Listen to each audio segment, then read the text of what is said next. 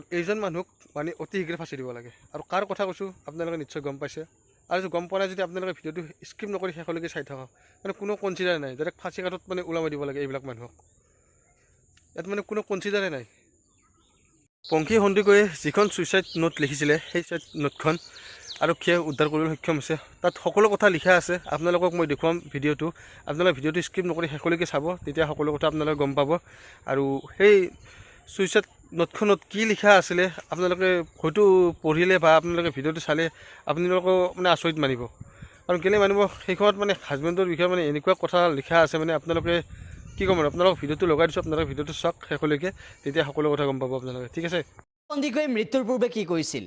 পংখী সন্দিকৈক মানুহ অতি সহজতে কেনেকৈ মাৰিব পাৰি আপোনালোকে এই ভিডিঅ'টোত চাই থাকক। এই ভিডিঅ'টোত মই আপোনালোকক কৈ আছোঁ যে মানুহ অতি সহজত কেনেকৈ মাৰিব পাৰি।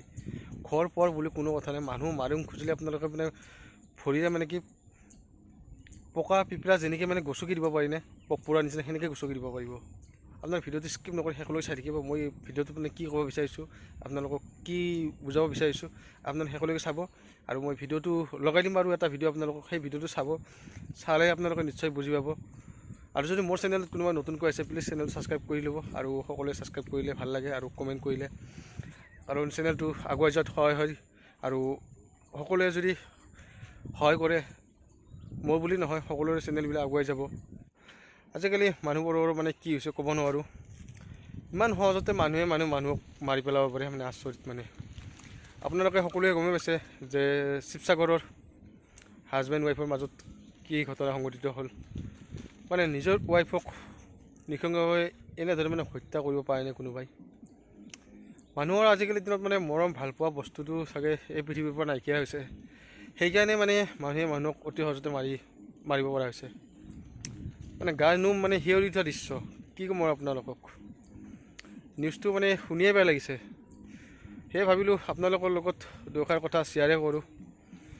আজিকালিৰ দিনত মানে ঘৰ পৰ মানে একো নাই, কাকো ক'তো মানে কোনো মানুহে বিশ্বাস কৰিব নোৱাৰা হৈছে।